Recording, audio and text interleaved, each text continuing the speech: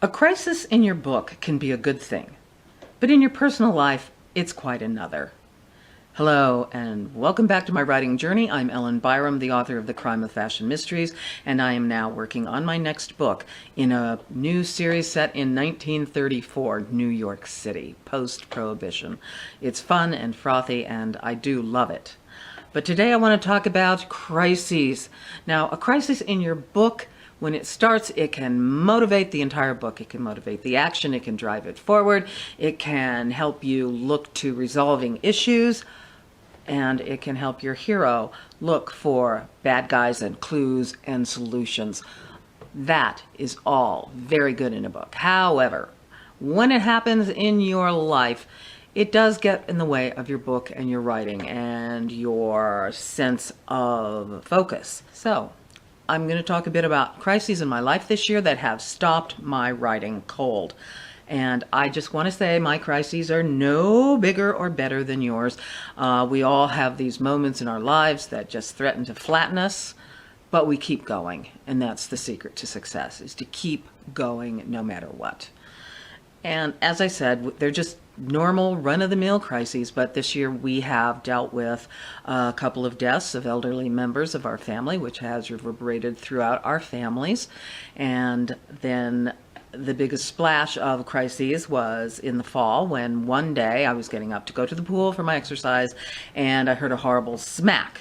And I went outside to find that my protege, my beloved 22-year-old protege with a wing, had been the victim of a hit and run. It was parked right outside our house and it was totaled. They had come at it at a terrific amount of speed, I imagine, because the entire back end was crashed in. So that was just jarring enough to stop me. We met a lot of great neighbors. One woman who had seen the hit and run Kia hit our car, and she chased after it for a couple blocks. She was running. And then another neighbor said he was going to try and find our hit and run driver.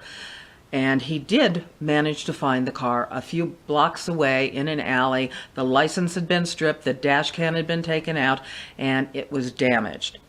At the same time, the police received a report that the Kia had been stolen. This sounded suspicious to several people, but the cops determined it was a hit and run by an unknown driver, which worked out because we did get insurance money out of that. I want to say my protege was just 150 miles away from 200,000 miles, and I was so looking forward to that little moment in my life that I was denied. The very next day, and this was 3 days before our trip out of town, our furnace was leaking carbon monoxide. Therefore, the entire furnace and air conditioning unit had to be replaced before we could go on our trip, and all I can say about that is ka-ching, ka-ching, ka-ching. But we are alive, and our house did not kill us, so it's another win for posterity. In all of this, all these crises, all these ongoing things, phone calls in the afternoon, this happened, that happened, you've got to come quick, do this, do that, I realized that the crises generally did not happen until after 12 noon. And I had one of those aha moments, because generally I am not a morning person, and I tend to write in the afternoon or evening because I was used to it, because my daytime job was 9 to 5 and I would write after my job got out, starting sometimes on the subway, going to a coffee shop, going to a bookstore.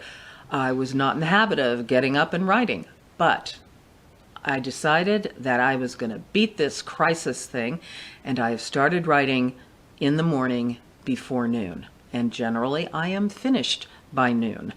With that kind of writing, I still write in the late night. I write by hand, and I do some handwriting before I get back to it the next day.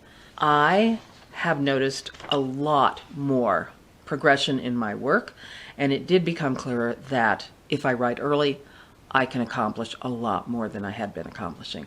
So I am keeping up this writing streak, and I will let you know how it goes. I'm feeling much more confident. My book is coming along much faster.